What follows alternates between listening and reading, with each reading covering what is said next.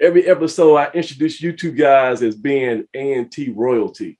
Well, this next guy is the true definition of A&T royalty. I'm talking about none other than Alan Hooker. What's going on, Hook? Hey man, how you doing, brothers? Listen, all right, man. I hear you use that word A&T royalty. You can't say those words without including Ralph Brown, who was my inspiration, right? So, and I'm sure it's Doug's, but that guy taught us what this is what it means to love your university and to appreciate what it does for you. So, but I appreciate you acknowledging me as A&T royalty, and I flipped that over to my good friend Ralph Brown. He is undoubtedly my guy. So guys don't know that Rap is Doug's dad, and he was a coach on the team, and he's also legendary football player. Mm-hmm. I mean, if you go to A&T, you might not even know who he is, but the guy smiling always, he had a great disposition. That's Rap. But so Alan, but thank you for coming on the show, man. Like I feel it's an honor just to talk to you. A lot of guys in my generation, we heard about you, and we didn't get a chance to see it. This is you played a little bit before the whole internet YouTube era, but you were I would say the first superstar A&T quarterback. I mean, because your name rang out. You were All-American. You were Black College Player of the Year in 1986. Yeah. You led the team to a MEAC championship in 1986. And you pretty much finished with almost every passing stat there was, record there was, until a guy named Lamar Bernard came and he took a few of them, but you still got some of them though. But just tell me a little bit, man. Let's talk about your career. You came here when 1984? Yeah, 1984.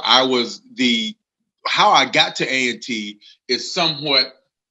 That is just a different story within itself. There's a lot of different parts and pieces that kind of came into play for me to be able to come here. Remember, I grew up 20 miles, actually 21 and a half miles from campus, from Cooper Hall.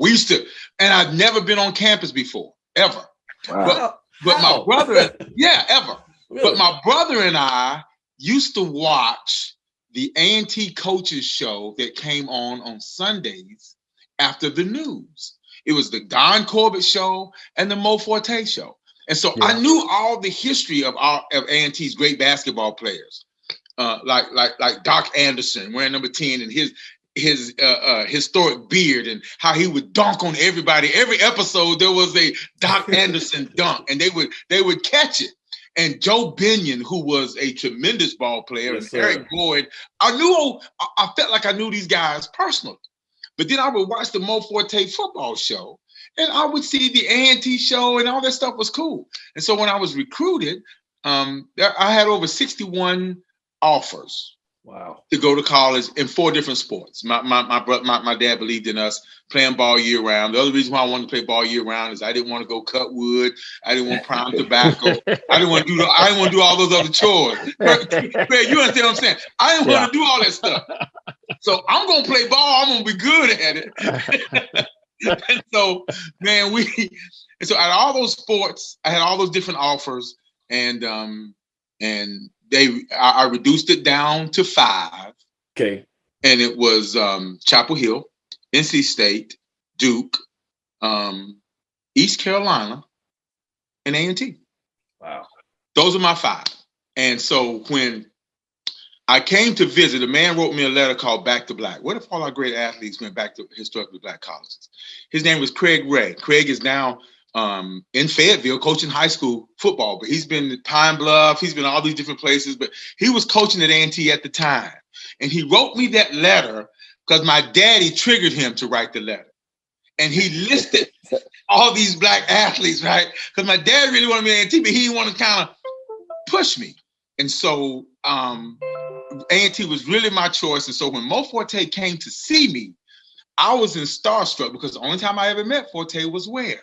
On the television. I watched the Mo Forte show. I was like, you're here. I can't believe you are here talking to me. So I was glued in. It was the only university, that when I came to visit, they took me to the admissions office and said, this is the application you have to fill out.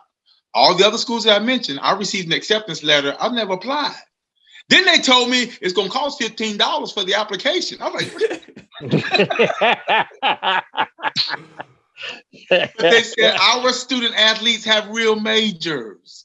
That appealed to me. Thought that was fabulous. So in my heart and in my mind, I made my decision to say, I'm going to go to A&T. Now, something happened that next Tuesday. Before I was supposed to sign, a white friend of mine came by and picked me up and took me to their church.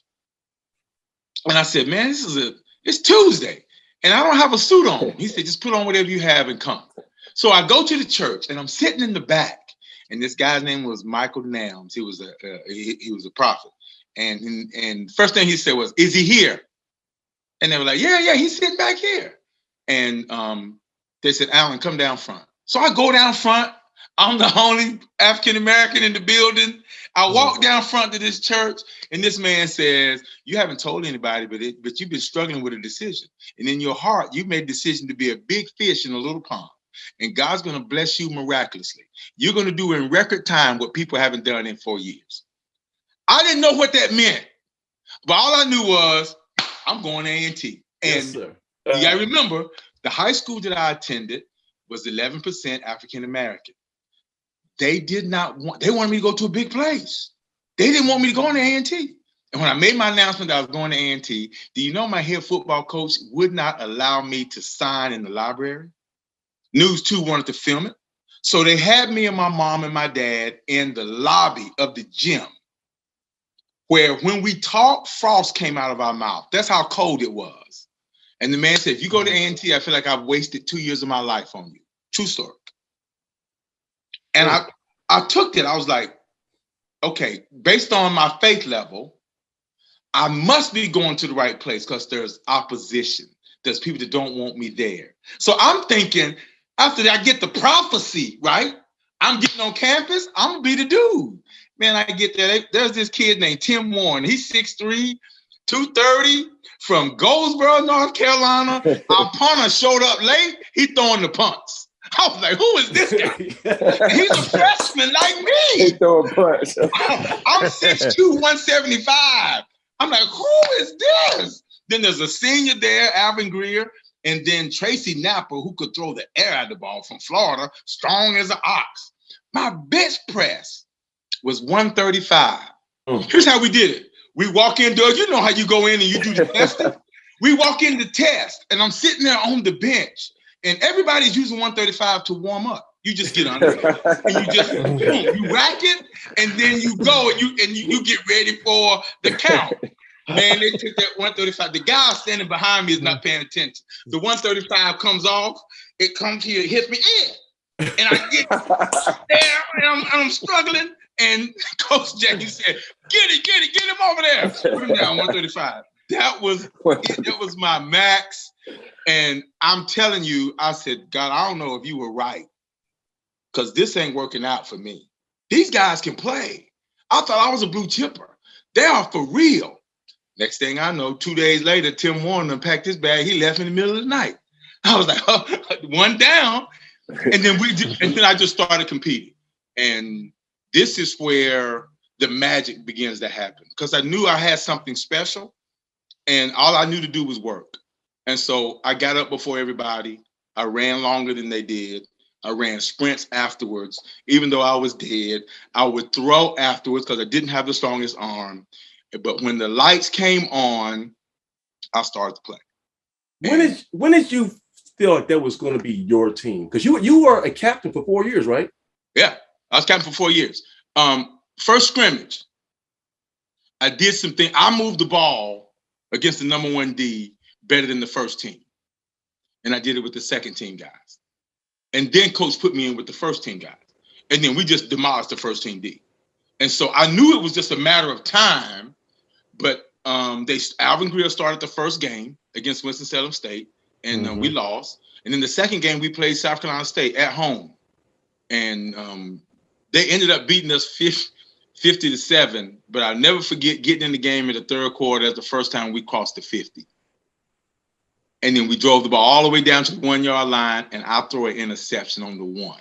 Oh, as I'm walking back, The whole home stand is giving me a standing up. Wow. So Coach Forte dapped me up. He said, "This is your job." He said, "I'm gonna keep my job. I gotta give you this job because these people here cheering for you, and we getting 50 to nothing." And so, fourth quarter, they put that third string in. We go down, we score. I look like a superstar. And then the very next game, I'm the starter. Never look back. And you said Coach Mo Forte. Yes. And I seen you some articles where you quote him as being an offensive genius. Genius. Talk about that offense you guys had back then, man. Okay, this is the mid '80s, so it's usually you see like a lot of running in black college football, but you guys were throwing the ball. We threw the ball, but we threw the ball effectively. Coach Forte he was a running back now at the University of Minnesota, so he's run heavy. So we ran the ball 60 to 70% of the time, but the 35% that we threw it, our curl routes were 12 to 15. Okay. Our out routes were 18 back to 15. So one completion moved the chain. Right. And the reason that he did that is and Doug Brown, who ran precision routes wherever he played, Ragsdale, on A&P, High Point Flag League, wherever he played, he ran great routes. So our stem was the stem would drive it off. If we're gonna run a comeback route, we make a post move stem off of it that turns the hip of the DBs. So he's got to get out of there. And when he turns his hips, we chuck it down 1, 2, 3, 4 steps, plant that left foot, come out, and you're coming back to the sideline at an angle. All I had to do as a quarterback was throw the ball while he's in his beating the drum, coming out of his 4 steps. And once that ball was thrown there, this cat was going to get it. Now, we would throw a 25-yard comeback, and here's what Mo would do. He said, now, he would measure most people don't know this, he would measure what the slope was on the field. Okay. See, fields back in the 80s had a mound on it. Right? And look, me and Doug always talk about that crown on the field at Aggie Stadium back then. And Doug would say, "Look here, man, you don't understand. That is a different animal than most fields when you got to deal with that crown." Brother, I'm telling you, especially now with kids playing on turf, they used to flat turf, the crown gets them. Even when you run it, you can fall running down that crown, man. We're not talking about that. What Tay would do is he knew that 25-yard comeback out would be open from the opposite hash. I didn't have to have a strong arm throwing there because the ball would continue to travel because the crown went down. Oh, right. Science. That's why I said Mo Forte was a genius. He said, throw it at his shoulder, it's gonna fall to his knee. Because the ground is there.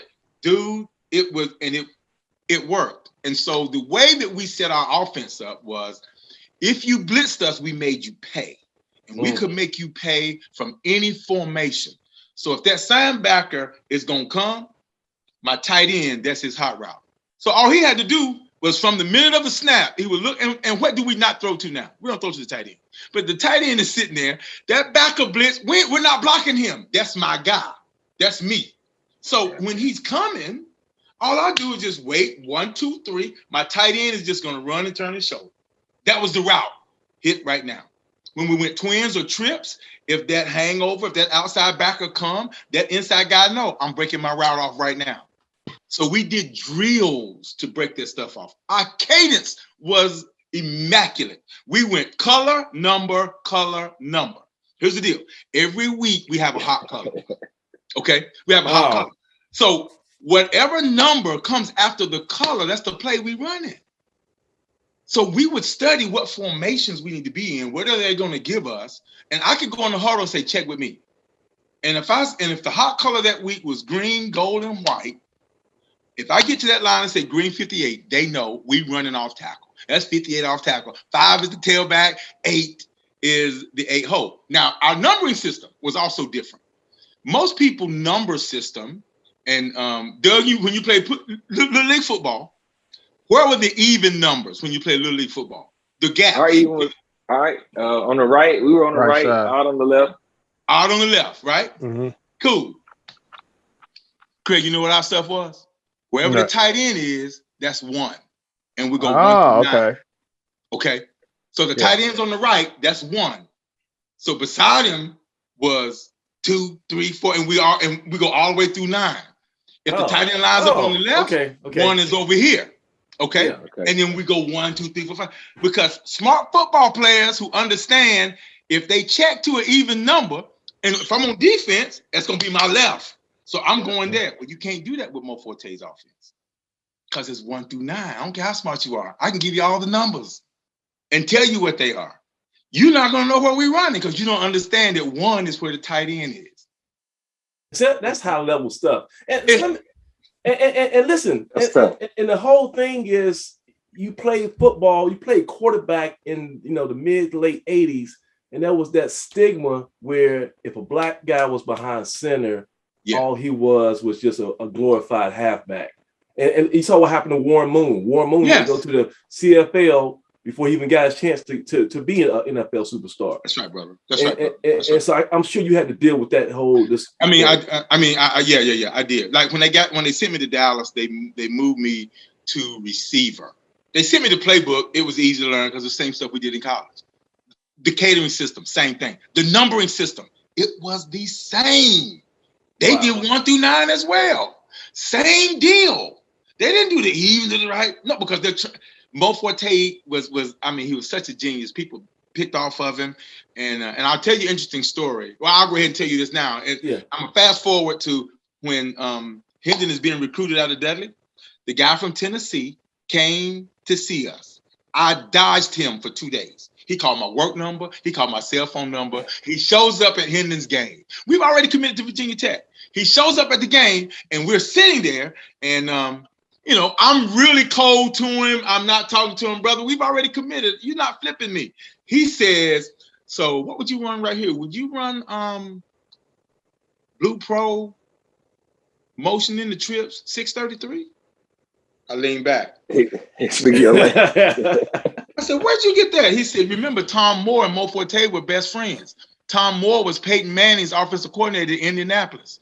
Peyton Manning came and gave us 633, 733 in Tennessee. We run all the time. It's a rub route. It can't be stopped. I was like, you're right. It can't be stopped.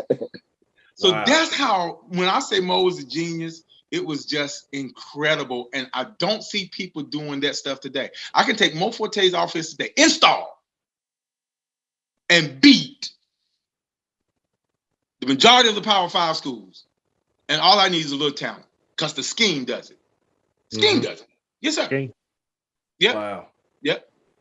Do you think the quarterbacks and have that IQ today, or is because it seems like it's so much like just do what we tell you to do, but are guys making those adjustments on the fly? Excellent. So what happened is that the players, it's not that the players are not as smart. The coaches are not. They don't know how to install. They don't know how to teach it. Right? They don't know how to teach it.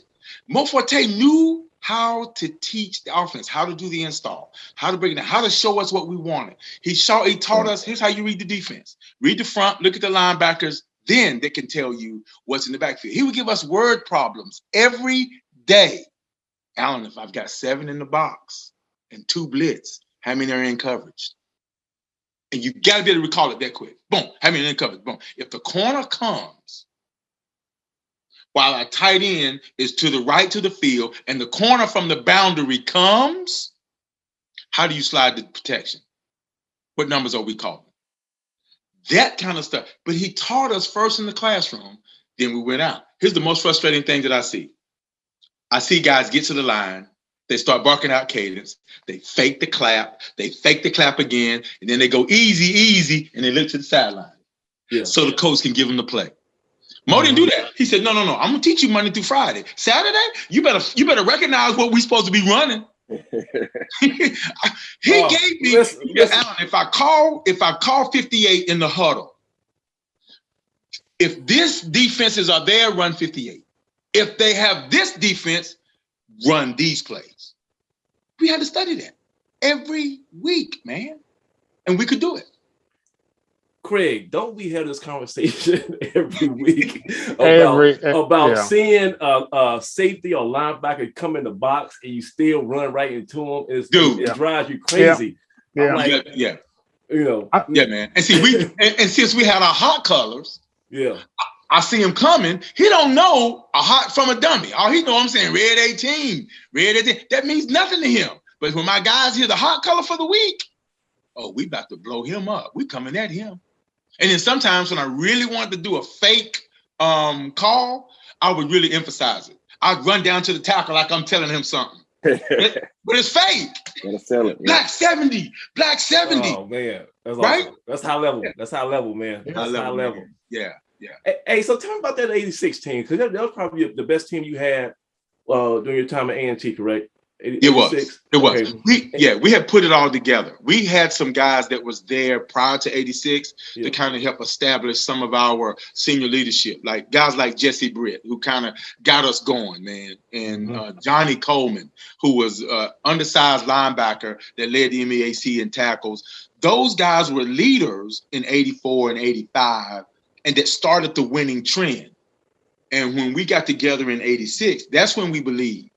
The other thing that we did in 86 was, people don't know it, that Mo Forte paid out of his pocket money to put mirrors in the weight room. He bought dumbbells and he increased the bench. The benches that we had were hard plastic, busted, and the stuff was coming out. Nobody wanted to go to the weight room because it didn't look like nothing. He paid a guy to paint the bulldog in there, and he made it he put music in the weight room. That made us different. And I'll say this, and if you talk to some of the guys on the 86 team, they will attest to it. That spring of 86, leading into the fall of 86, we started attending morning prayer. Like at 6 a.m. in the morning. We go, there's a little house across the street from the Cav that we used to go to. And we just bust up in there, man. And we just started praying. Because we needed life to be different. We didn't know what was going to come of this, but we tired of getting beat up. The only trophies we got from the SUAB board before every season started. The student union would give us a trophy, talking about we believe in y'all. We hadn't won nothing.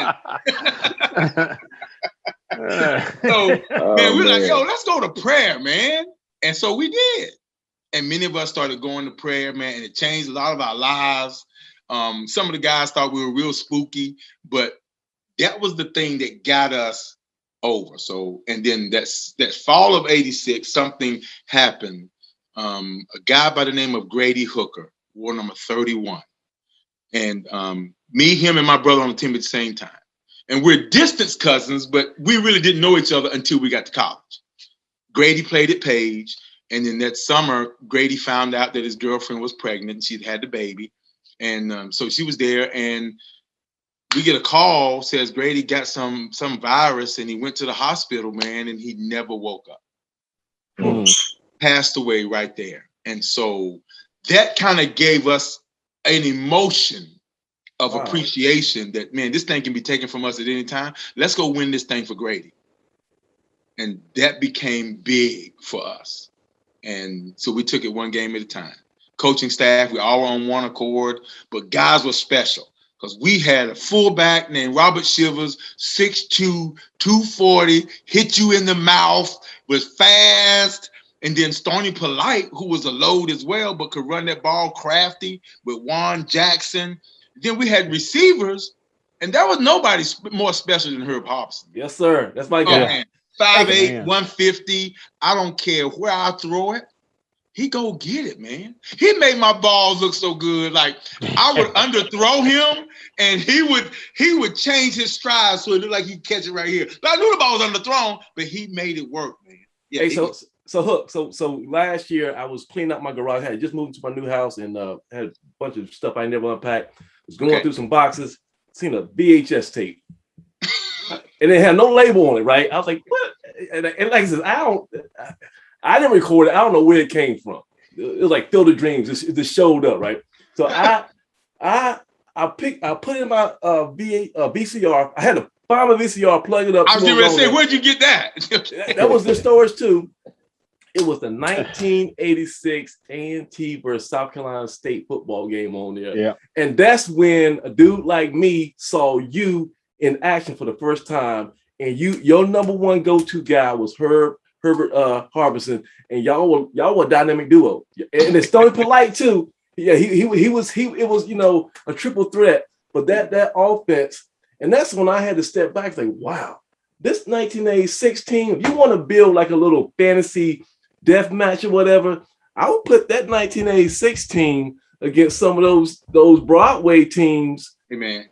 Because y'all were loaded, man. Y'all had something there. We had some dudes. I think the cool thing was Mo Forte put the right people in the right place at the right time. Defensively, we had guys defensively that, from Brian Bowden. And I don't want to toot my brother's horn, but that dude could break on the ball. He was a special free safety, man. He made me better because I had to beat him in practice. And we're roommates. I don't want to throw a pick to this guy. I got to go back to the room. And he talking to mom and dad to myself, got him again. But yeah, we had some guys out of Florida and Joe Somerset and Rouse that were just special. They could run, and we had a great linebacking crew. But you can't talk about A&T defense without talking about Jim Jones, who went to the Dallas Cowboys. Jim 6'5", 260. He was number 65 in that South Carolina State film. And Dr. Doom, Ernest Riddick. Yes, sir. L.A. Igamu, number 90. Yeah, he special, man. And then Frank Newman from Greensboro Dudley, number 79. The quiet assassin. Frank didn't say anything, man. I was like, dude, do you know the English language? All he did was laugh and would knock you out. And one of the things about those teams, those players back there, you guys were some student athletes, not just athletes, student athletes. I mean, you guys had some heavy majors, got some serious degrees, and went on to some serious stuff in your post-football lives. I know you had a stellar decorated career in education. Yeah. You talked about Dr. Doom. He was in education too, right? No, he was a sociology major. Right. And got his getting his master's degree. And now he owns a mental health company. He and Eric Page. Right. Yeah, Eric Page was my center. Eric started out as a tight end, but he grew so big over one summer that we had to put him on the offensive line. And Joe Johnson, our tight end, has a degree in accounting and works for Champion Paper, has for years. I mean, he's just an incredible guy too. But you were in the school system for a number of years, right? Yeah. So can you just tell what you did post football career and how? Yeah, man. So immediately afterwards, I began to work for the university actually while I was getting my master's. Okay. I actually was teaching at a community college, and then position came available where I could get my master's and work as well. So I worked in admissions, and then I worked for alumni affairs, and then took on a role at HR with Gifford County Schools, and that has led me to speaking engagements, to working as a leadership development officer at the largest school district in the state of Texas, in Houston ISD, and stayed there for a few years. Well, I went to Westbury High School, so I know about Houston. Oh, you went to Westbury? Yeah, the Berry. Back then we were the Rebels. Now we're like the Wolverines or Huskies or something. I don't know. Yeah. So I went to Westbury on the south side. So I know. Yeah, HISD, man. That's HISD, man. Yeah, HISD was good to Aggies, man. One of my classmates actually became the superintendent after I left. But it's Houston's a good place. But I was able to come back here, and I've been able to influence folks in education. And my biggest claim to fame is my goal is to inspire others to go be the best that they can be in whatever that they can do with it. And when I look at this guy, Doug Brown, who's here, he's one of the kind of dudes that I point to say, hey, man, I used to talk to Doug when he was little. And I believe I have some influence in what he's doing now to influence people. He's in education now. He's doing good stuff. And we have several A&T football players that are now principals and assistant principals that we've had a chance to talk to and moving forward. So, Hook, man, when Hook, for those who don't know, Hook's one of my mentors. Both he and Ed are my mentors. And when I say mentors, they're the first guys that I remember when I think Aggie football. It's the Hooker twins and the Hooker brothers, and that's because of my father's love for those guys. And man, when he sees this, he's gonna go crazy. But he definitely, he loves the Hooker boys and the Hooker family. So I mean, I was 3 or 4 when those guys were around in '86, you know, and so they're literally my first memory, you know, of holding Allen's helmet and walking with he is my superhero. So, you know, the cool thing about him being my mentor and Ed being my mentor, you know, is I can reach out and touch them. So, you know, they're right here. I can talk to them. And I didn't have NFL guys that were my heroes. My heroes were here in town, and I would see them across town. So they held me to a higher standard just by the example that they set. And so when you got guys like Alan Hooker and Ed Hooker as your mentors, I mean, you know, that changes the way you walk. And so those guys set the tone for me. But the neat thing about it is, in just about in every avenue of life, you know, I've had a chance to hear Alan speak and have him talk to whatever group I was, you know, a part of. So when he was working in missions, I was coming on my visit and I was at A&T and I'm like, yeah, this is Alan Hooker, everybody. This is why we got to come to A&T. Like, this is the man. And you know, and when I'm working for Guilford County Schools, Alan Hooker is speaking to an auditorium full of future GCS employees. And I'm like, y'all, this is the best guy ever. Like, it's Alan Hooker. I'm telling people at my table, but that's Alan Hooker. That's my mentor. And so in any aspect of life, whether I'm on the football team and he's coming giving a pregame talk or a postgame talk, or just an in-season talk to the team. So I've heard him speak in all kinds of avenues. And that's why when he's on here speaking now, I mean, you can't help but to listen, you know, and just take it all in. So it's always a lesson. And, you know, it's been neat to see our families intertwine and to see the path that you guys have set and the standard that you set. And to see it passed down all the way to your kids now, man, I'm enjoying the walk and the journey that your kids are on. And you guys and a few other fathers share that experience of being super successful and playing at A&T, but also having children that everybody in the world is expecting them to go to A&T and having to manage that. And you've handled that with such grace, man. I can think, like I said, about 4 or 5 guys that's a hot seat, man. And you found a way to get one and to kill 2 birds with 1 stone and make it happen, man. That's strategic, strategic, man. Man, listen. Yeah. I could only tip my cap to you for that one because I know what it's like to go there, and I still see how you champion A&T and how you put A&T on that platform, and the special that the family did, or the SEC Network and ESPN did on you guys was just phenomenal. Man. Right? I want to make sure that everybody gets a chance to see that because you guys just did a great job of just highlighting and capturing what it means to be, you know, an Aggie first and foremost, and how your Aggie connection tied into where your family is now. So, you know, nothing that is coming Hendon's way is surprising now because everything you talked about tonight are some of the same values he has in him that he's showing and displaying, not just on Saturdays, but throughout the week. You hear the leadership, you hear the hard work, you hear his teammates just talk about what he's brought to their program. And that's clearly what everybody wanted them to bring to A&T's program. and we're hoping that we're just glad to have Austin there, man, and have the Hooker family around the program. But man, just blessed to be, you know, in your presence and have you as a mentor, man. I'm sitting here getting teared up just listening to you talk, cool, man. I never realized the similarities between your championship team and championship teams later in the year, like, you know, losing a teammate and letting that drive you.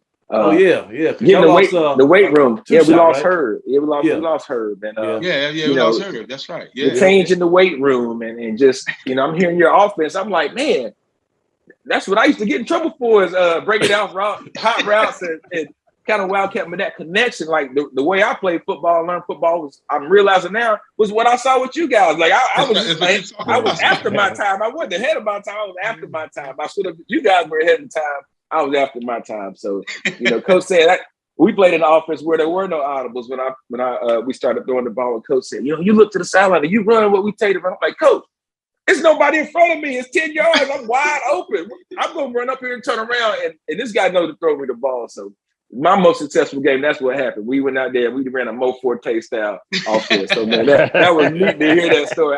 That justified my style of play. I feel so much better about my decision making on the field. You fit right in there with us. Hey, listen, you got to get this picture. When Doug Brown signs to come to A&T, I was working out of town, but my entire family was there. Hendon was standing there because Hendon's biggest role model was Doug. And so Hendon wore number 5 in Little League. And so I was complaining until Rap told me that when Doug wore 11, Yep. So like, okay, we're good. Okay. Flip spot, back and forth. Yeah. And so as soon as Hendon got to Tennessee, he was like, Dad, I'm gonna do this 5. Man. I'm gonna go back, call Doug and let him know.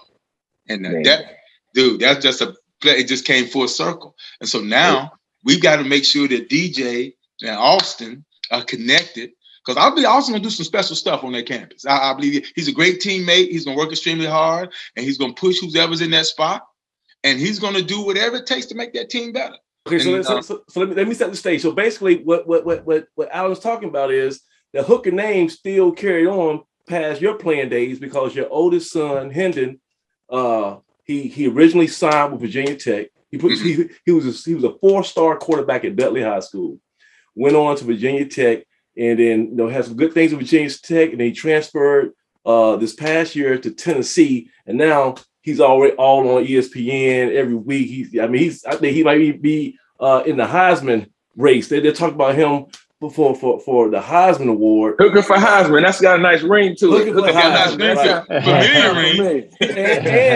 right. But he's doing wonderful things. But your youngest son, Austin, is now a true freshman at A&T. Following your footsteps, wearing number 11, and he's a red shirt quarterback this year. But let's talk a little bit about having your sons following your footsteps. Yeah. But as that, I'm a dad. My kids play sports. How did you manage that to where they want to be football players, but you didn't turn them away from the game by being too much of a sports dad? How'd you manage that? Listen, man, if I can ever give any advice to any guy who wants their kids to play ball, be careful on who you marry. That point. Man, my wife gets all the credit because she made sure that they knew what daddy did. So she put my highlight tapes in and let them watch it. Because they'd be crying, where daddy? I'm going to work. So she would put in the film and say, there's daddy right there. And they would sit there and they would watch it. And when I got home, it was a show. They're doing the cadences, they're doing the stances, they're doing my touchdown moves, the whole 9. And so we had a bond because we had something in common. But what I pushed them on was not necessarily the sport. I pushed them on excellence in whatever you do. So we got to take the trash out, man. You got to be the best trash taker out in the world. We're going to be all Americans at making our bed. And I would go in and I would say, oh, bro, look here. You second string right now.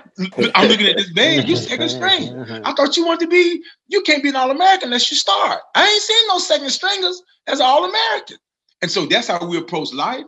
And so when it's time to play the game, I could use that same piece because it wasn't just football. It's just this who we are. We just happen to be playing football today. Or we just happen to be playing baseball today. Or we shooting baskets. Since you can't go left, in order to go left, you got to work on it longer. So let's go. So after practice, we're here. We're just trying to be excellent. And they just carried it to the game. Now, Hendon and Austin, they've taken it further than I've ever taken it. Like, I believe in getting up early, going to get it done. Dude, they'll do a 4:30 workout, come back, eat, take a nap, and be ready to go again at 7. And then at lunch, they run it again. Then in the evening, they're going to throw. And they're going to find people. This is every day. During football season, Hendon is sneaking down to Liberty, North Carolina to shoot baskets to get ready for basketball season. So when the season switch, he won't be rusty. Now, Steve Davis didn't know this, but every morning, he's going to get shots up at 6 and coming back up the road because he understood if you don't work, you don't get better. Yeah. And that's where we are. When I got to A&T, I was not the best quarterback there. I was not. I just worked harder than the rest of them. And Craig, you were like you don't know if you know, Craig was the original season ticket holder at Aggie Stadium, and so I did not know that. Yeah. Yes, he was. Hey, so he's seen all your exploits as an A&T quarterback. What is give me one memory, Craig, the top one of this guy? Because I only saw that one tape. Yeah. You had a whole. Oh God, he had a bunch of them. Jeez, golly. Allen's best moment. I guess when we beat Delaware State for the championship. Yeah, you had a great game. You were on fire. That team was on fire that day. The 5 touchdowns up at Howard. Oh wow! You remember that? Yeah. And we went down to NC Central and just blew them out the water. I mean, just annihilated them on their home field. The Bethune-Cookman game, was a double, triple overtime. That's right. Yeah. That's right. Yeah. Yeah, that was horrible too. Yeah. Sound like all classics. They were. That was the finest, the greatest season as far as the fans were concerned. Watching A&T play, I mean, that team was exciting. They could hit. God, you just brought up all those names and. Whew, hey, man, Craig, that was right. Craig, all right, give me a scout report. So for the guys who weren't around back then, tell me what kind of quarterback was number 11. Give me a full scout report. Cool as a cucumber under pressure. He was best when he was under pressure. Guy had eyes in the back of his head. I mean, he had vision. Quick with the ball. Quick decision making. Didn't do dumb stuff. And the thing that stood out the most, I think, was leadership. That team rallied around him, and he put that team on his back and took him to that MEAC championship. That's the thing I remember about Allen Hooker. Wow. Now, Allen, when you watch Hendon play now, I mean, obviously you're getting all kinds of angles and great camera shots and great footage. When you see him move and run in slow motion, do you look and say, man, that's me. That is my body. That is my mechanics. That is me out there running. Because when I see him run, when he takes off with that football, he looks like he's running to me. I don't know how you see it. But, I mean, even the quick twitch and just the mannerism, man, and the more he continues to grow and just the limp, I mean, he just looks like you, man, out there running around. Doug, man, I appreciate that. Because when I see him, I'm thinking, wow, I hope I look like that. Because it looks good to me.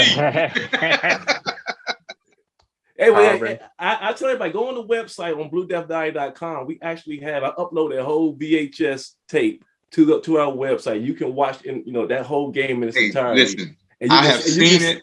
Okay. And I've sent it out to all our teammates. They're blown away. They can't believe that somebody found it. I'm like, who has this? I don't know where I got it from. Honestly, I was like, I wasn't around.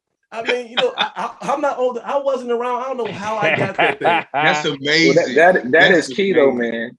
That's big. I was just thinking the other day, I've got tapes and Pops busted out. He had film on a reel. And I'm like, where'd that come from? And I'm like, stuff like that. We've got to do a better job of preserving that old Aggie history. Yeah. We've got everything from the YouTube era and up, but there's no reason we shouldn't walk in the field house and there's not a clip of Allen Hooker running around throwing the football, Carnell Manor, or any of the greats. That should be continuous. That's nothing but a flat screen TV on a loop. We got to make that. Those are the things, those steps that we've got to take as a program. And we've had that conversation before as a group. Just we've got to do those small things to kind of get us over the hump. But Allen, you know those tools, man. And I really like what you said about having a wife or a partner who is definitely on board.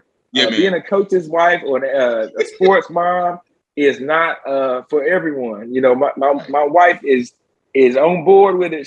DJ just played his first season of baseball, so she's all on board. She's figuring it out. I'm like, listen, I was with my mom. That Pop was gone. Dad is gone. I with mom, so mom's got to be the one to hold it down and know how to put the knee pads in and roll.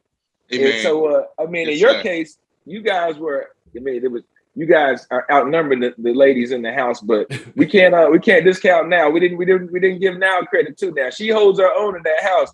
She does now. The Hooker boys. She does. I can tell you what a Tampa 2 defense is. I'm tell you that. She'll tell you right now. That safety's coming down, that back is rolling out. She can do that. and speaking of that whole family lineage of knowing football, your two boys just recently announced that they wrote a book together, I think, right? It's called The ABCs of the Scriptures for Athletes. Yes. And it's how to stay motivated. And it's the byline is by Hendon and Austin Hooker. And I think you can go on to hookedonsports.org. Yep. and you could pre-order this book. Tell me about this book. That sounds awesome. What is that? Okay, so basically, my kids learned we put them in a Christian school for pre-K, and they remember growing up that they learned their alphabets through scriptures, through flashcards. Okay, and so the school would give us one every week, and they would take it and put it on the refrigerator. And so we would just constantly go over it. All have sinned and fallen short of the glory of God, Romans 3:23. And so you could, and then once we put it up there, you couldn't get juice out of the refrigerator until you knew the scripture. And if you didn't know it, you got to look and you got to read it. And so you got to think about it. You got a kindergarten kid who can't read that well. So we got to constantly help them, and we're doing it. And that's how they learned it. And so when they started struggling through athletics, Wendy and I would send them scripture that was quick, that was relevant, that was to the point, that would help them.